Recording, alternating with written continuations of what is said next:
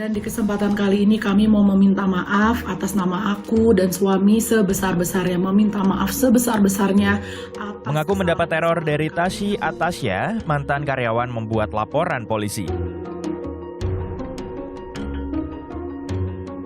Segera bubarkan Al-Zaitun, tangkap Panji Gumilang. MUI merekomendasikan agar polisi segera menangkap Panji Gumilang sebagai pendiri Pondok Pesantren Al-Zaitun atas dugaan menghina dan melecehkan agama Islam.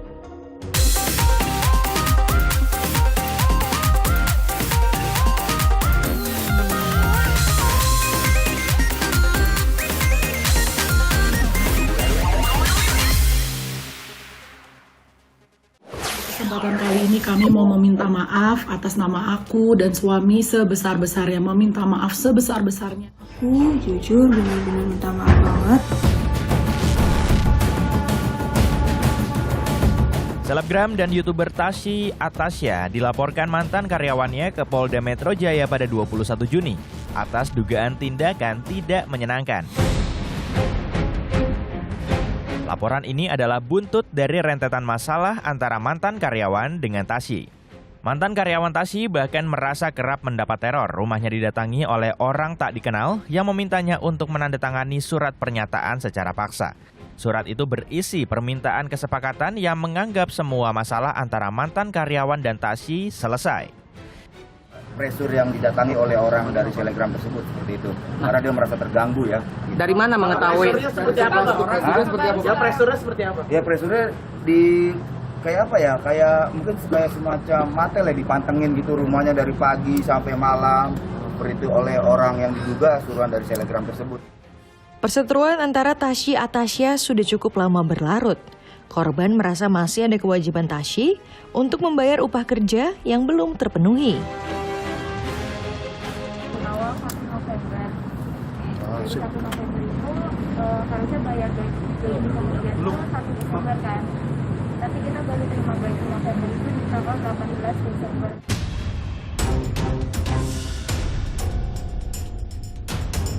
Namun pernyataan itu sontak dibantah Tasyi. Tasyi menyebut tudingan tak digaji dan teror hanya karangan belaka. Asumsi mereka ada pemaksaan. Bohong. Maksudnya pemaksaan Bohong. atau apa? Saya bahkan ada salah satu yang nggak saya undang datang sendiri malam-malam di luar rumah.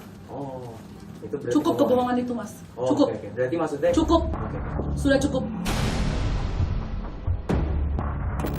Atas pelaporan ini, pihak Tasyi menyebut akan melaporkan balik dengan kasus dugaan fitnah.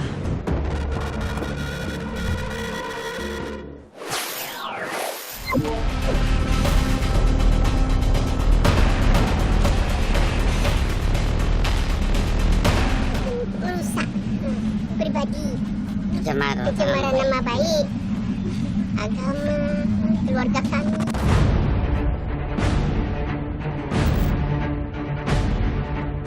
Warga Bukit Tinggi, Sumatera Barat digegerkan dengan kasus dugaan inses antara ibu dan anak.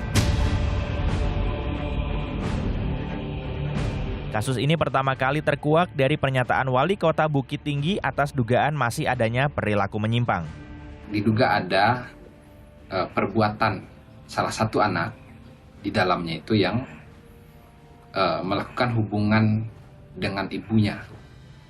Lalu saya tanya langsung kepada anak. Si anak menyampaikan hal yang sama dan itu mengagetkan saya. Perbuatan ini harusnya tidak terjadi lagi di tengah masyarakat kami. Itu sekitar 3 bulan yang lalu. Dan sampai saat ini, kasus ini sedang dalam penyelidikan. Belum ada keterangan dari Polresta Bukit Tinggi menyatakan bahwa ini hoax, ini bohong. Belum pernah ada. Namun pihak keluarga yang diduga melakukan inses membantah apa yang disampaikan oleh Erman. Tak terima dengan tuduhan itu, keluarga melaporkan atas dugaan pencemaran nama baik. Pihak keluarga menyebut pelaku yang menceritakan kejadian inses kepada wali kota mengalami gangguan jiwa. Ada isu apa itu namanya? tentang pencemaran nama baik gitu. Inses. Apa Bu katanya, Bu? Anak sendiri berhubungan intim dengan ibunya, ibu kandungnya. Padahal Padahal tidak ada. Sampaikan tadi bahwa sehari ini memang kondisi kejiwaannya memang nggak stabil. Jadi kadang apa yang disampaikannya sekarang 10 menit lagi beda-beda. Jadi kita nggak bisa pegang angka. Pemeriksaan masih terus dilakukan polisi, baik terkait kasus dugaan insest ibu dan anak yang dilaporkan Wali Kota Bukit Tinggi maupun kasus dugaan pencemaran nama baik yang dilaporkan keluarga terduga pelaku.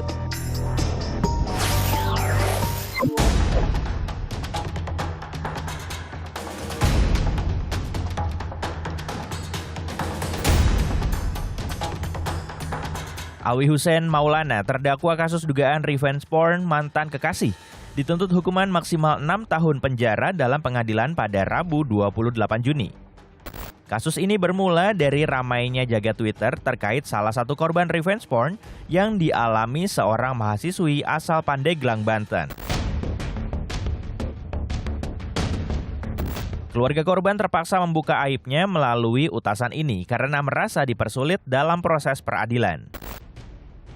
Keluarga menjelaskan awal mula menerima pesan berisi video asusila korban pada 14 Desember 2022. Pada 15 Desember, keluarga kembali menerima telepon dari seorang yang menjelaskan terkait pesan video yang diterima. Keesokan harinya, keluarga korban terkejut karena video tindakan asusila telah tersebar di media sosial. Karena desakan keluarga, korban akhirnya mengakui adanya tindakan asusila, pemerasan, penganiayaan, dan ancaman pembunuhan. Keluarga akhirnya melaporkan kasus ini ke polisi dan pada 21 Februari 2023, pelaku Alwi Hussein Maulana ditahan polisi. Selama proses peradilan, keluarga terkejut karena tiba-tiba sudah memasuki sidang kedua. Keluarga maupun kuasa hukum merasa tidak mendapat informasi mengenai sidang pertama. Lalu di pengadilan, diantar ke kejaksaan oleh jaksa penuntut itu diarahkan untuk kamu maafkan ya gitu ya, kamu tolong ikhlaskan, kamu tolong lebih bijaksana. Apaan? Harusnya yang diceritakan jaksa itu teknis. Nanti begini kamu harus bisa jawab gitu. Nah artinya dari cerita adik kami itu dan kuasa hukum kami melihat ini ada yang nggak benar ini. Anehnya, dalam sidang selanjutnya, keluarga korban juga merasa diusir dari ruang sidang. Keluarga juga merasa mendapat intimidasi dari pihak jaksa. Namun Kejaksaan Tinggi Banten berdalih bahwa apa yang terjadi hanya kesalahpahaman dengan keluarga korban. Katanya diusir dari ruang sidang oleh hakim, dinyatakan tertutup. Sehingga saat sidang semua pengunjung dikeluarkan dari ruang sidang. Itu oleh hakim, bukan oleh jaksa. Usai viral, keluarga akhirnya merasa kasus ini benar-benar diproses secara hukum.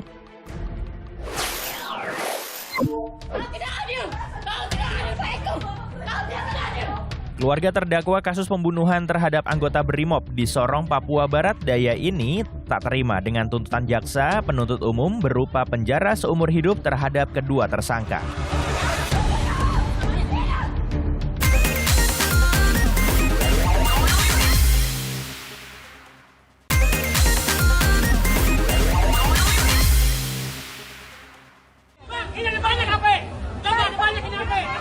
Inilah ekspresi kemarahan seorang pengunjung PRJ yang memergoki aksi pencopetan pelaku. Emosi semakin memuncak saat mengetahui ponsel miliknya sudah dicuri. Keduanya sempat terlibat cekcok hingga memicu perhatian pengunjung lain.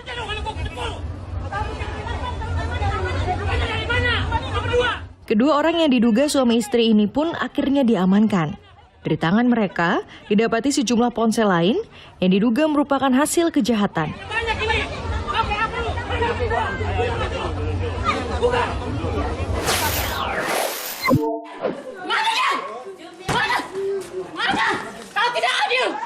Keluarga terdakwa kasus pembunuhan terhadap anggota Brimob di Sorong, Papua Barat Daya ini terus berteriak.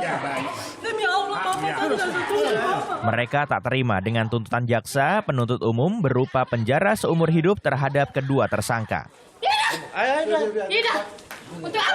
Sidang ini menindaklanjuti kasus pembunuhan Brigadir Yohanes Siahaan, anggota Brimob di Sorong yang terjadi pada 2018.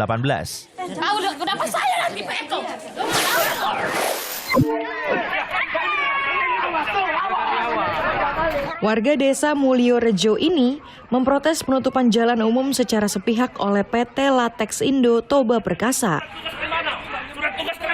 Warga sempat bersitegang dengan petugas Satpol PP. Warga juga mempertanyakan soal surat tugas penutupan jalan. Warga juga meminta para petugas Satpol PP untuk meninggalkan lokasi.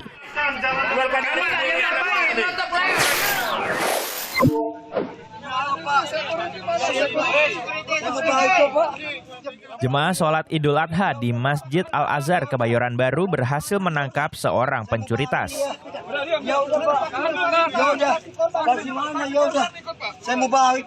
Pria ini awalnya berpura-pura sebagai jemaat sholat, namun diam-diam pelaku menggasak tas jamaah lain.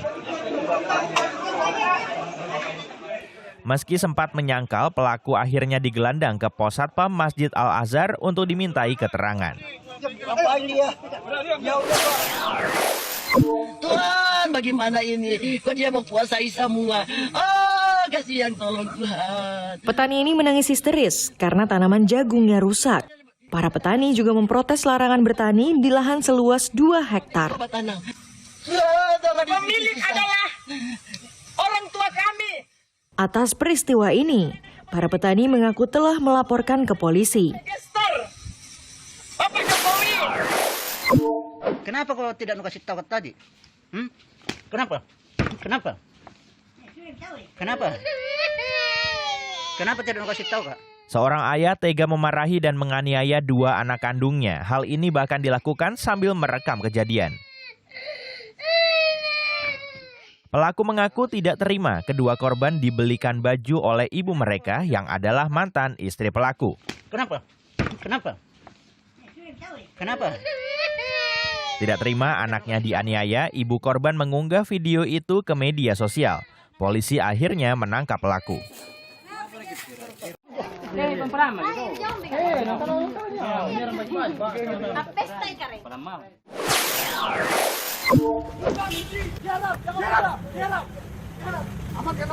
Inilah detik-detik penangkapan seorang kurir sabu di Jalan Sisingamangaraja, Medan. Penangkapan dari Polda Sumatera Utara berhasil menggagalkan peredaran sabu seberat 10 kg. Foto ini narkotika kan? Satu orang pelaku berinisial OR langsung digiring ke kantor polisi untuk mempertanggungjawabkan perbuatannya. Keluarkan, apa ini? Keluarkan.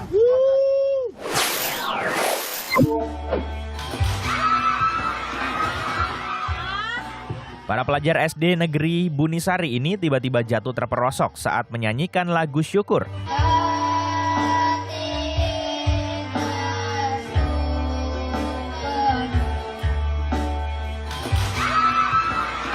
Panggung mendadak ambruk, sedikitnya 30 pelajar pun ikut terjatuh.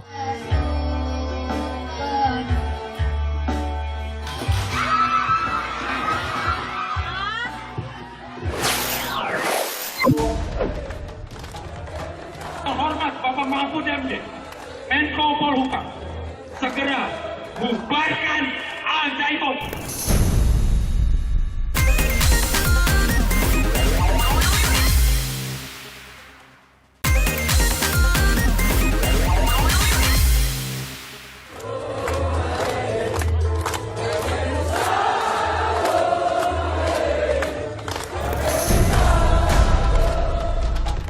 Tolong sampaikan kepada yang terhormat Bapak Mahfud MD, Menko Polhukam, segera bubarkan Al-Zaitun, tangkap Panji Gumilang. Unjuk rasa ini meminta pemerintah membubarkan Pondok Pesantren Al-Zaitun karena dinilai bermasalah. Mulai dari dugaan ajaran sesat, dugaan penodaan agama, hingga dugaan tindak pidana.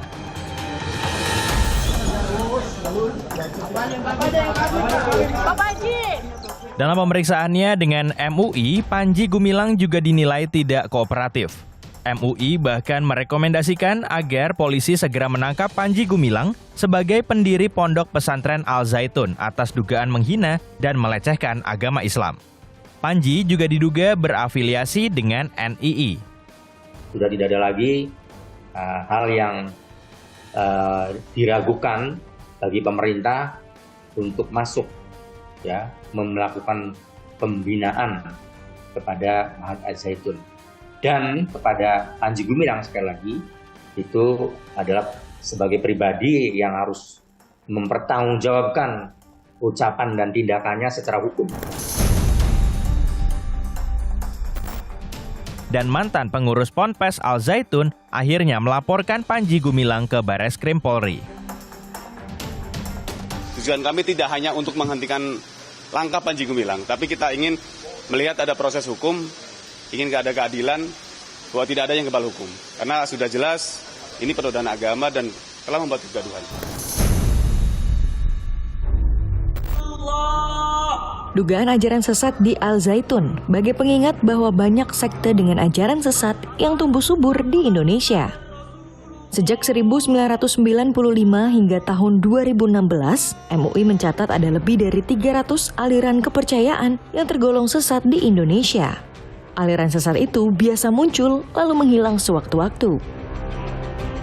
Mereka yang masuk dalam kriteria sesat diantaranya mengingkari rukun iman, meyakini akidah yang tidak sesuai dengan dalil syar'i, meyakini turunnya Al-Quran, mengingkari kebenaran Al-Quran, penafsiran Al-Quran tidak sesuai kaidah tafsir, mengingkari hadis Nabi sebagai sumber ajaran Islam, melecehkan Nabi dan Rasul, mengingkari Nabi Muhammad sebagai Nabi dan Rasul terakhir, mengubah ibadah yang ditetapkan syariah, mengkafirkan sesama Muslim.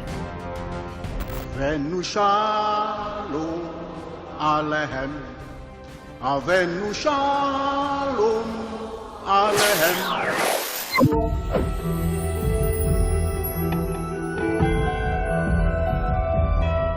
Lia Eden dikenal kontroversial lantaran aliran kepercayaan yang dibagikannya menganut 3 agama samawi, yakni Yudaisme, Kristiani, dan Islam. Lia Eden juga menyatukan dengan agama-agama besar lainnya termasuk Buddhisme, Jainisme, dan Hindu.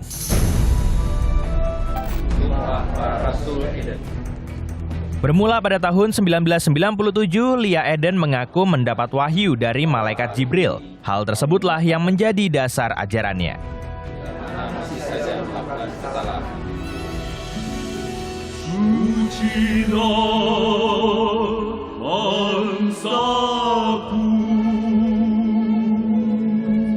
Kelompok Salamullah memegang kepercayaan bahwa setiap agama adalah benar. Kelompok yang diketuai Lia Eden ini kemudian dikenal sebagai kaum Eden.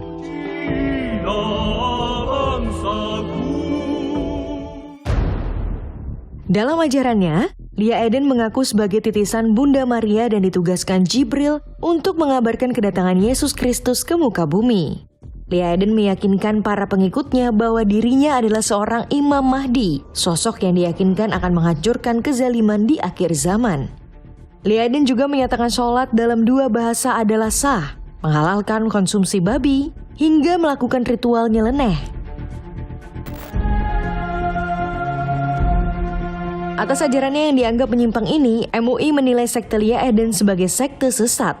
Lia Eden lalu ditangkap atas tuduhan penistaan agama. Lia Eden dipenjara 2 kali. Pada tahun 2006, Lia Eden divonis 2 tahun penjara oleh PN Jakarta Pusat. Pada tahun 2008, Lia Eden dan pengikutnya kembali ditangkap polisi dan divonis 2 tahun 6 bulan penjara.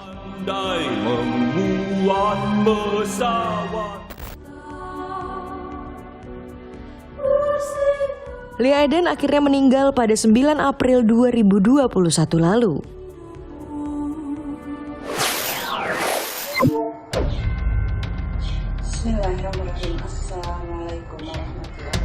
Tahun 2018, warga di Serang, Provinsi Banten juga heboh dengan sebuah komunitas yang menyatakan diri sebagai kerajaan baru, namun membungkusnya dengan citra religius. Adalah kerajaan ubur-ubur yang menjadi nama resmi sebuah komunitas keagamaan. Komunitas ini dipimpin Aisyah Tusalamah yang mengaku sebagai jelmaan Nyi Roro Kidul. Selain diduga sesat dan melecehkan agama, pemimpin kerajaan ubur-ubur mengaku bisa menarik harta karun yang berada di sejumlah tempat. Atas kontroversi ini, MUI akhirnya menyatakan sekte yang dipimpin Aisyah Tusalamah sesat dan menyimpang dari ajaran Islam. Kemudian tanggal 13 kita selesai, kemudian tanggal 15 kita rapat. MUI rapat pleno. Semua ahli MUI hadir. Apa yang dipusat dalam rapat? Pertimbangan di dalam rapat ada 5 pernyataan keyakinan dari Aisyah Tusalamah Baiduri Intani sebagai raja kerajaan ubur-ubur itu sesat menyesatkan. Dalam pertemuan dengan polisi, perwakilan MUI Pusat dan perwakilan masyarakat, pemimpin kerajaan ubur-ubur Aisyah Tusalamah mengakui kesalahan tentang keyakinannya. Namun meski telah meminta maaf, polisi tetap melanjutkan proses hukum terhadap Siti Aisyah. Pemimpin kerajaan ubur-ubur ini akhirnya divonis 5 bulan penjara oleh Pengadilan Negeri Serang.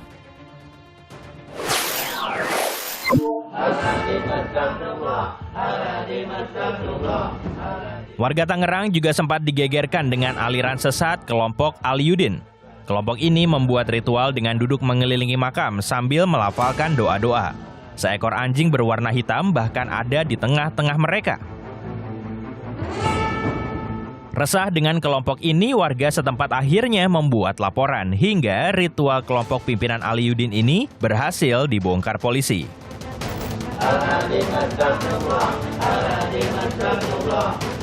Dari penelusuran ada sebuah ruangan dengan 3 makam di dalamnya. Namun setelah dibongkar, makam itu ternyata palsu. Aliyudin sengaja membuatnya sebagai bagian dari ritual. Mohon maaf sebesar-besarnya. Kalau ada kesalahan saya, minta maaf. Setelah didatangi aparat, Aliyudin mengakui bahwa kegiatannya tidak sesuai dengan kaidah Islam. Meski terbukti melakukan aktivitas menyimpang, namun MUI menyatakan apa yang dilakukan sekelompok orang ini bukanlah aliran sesat. Mereka justru dianggap perlu mendapat pendampingan agama agar tak lagi menyimpang dan melakukan kajian sesuai ajaran agama Islam. Informasi tadi mengakhiri Pop News hari ini. Jangan lupa tetap saksikan Pop News setiap hari Sabtu dan Minggu pukul 9:30 waktu Indonesia bagian Barat. Tentunya hanya di Kompas TV. Terima kasih dan sampai jumpa.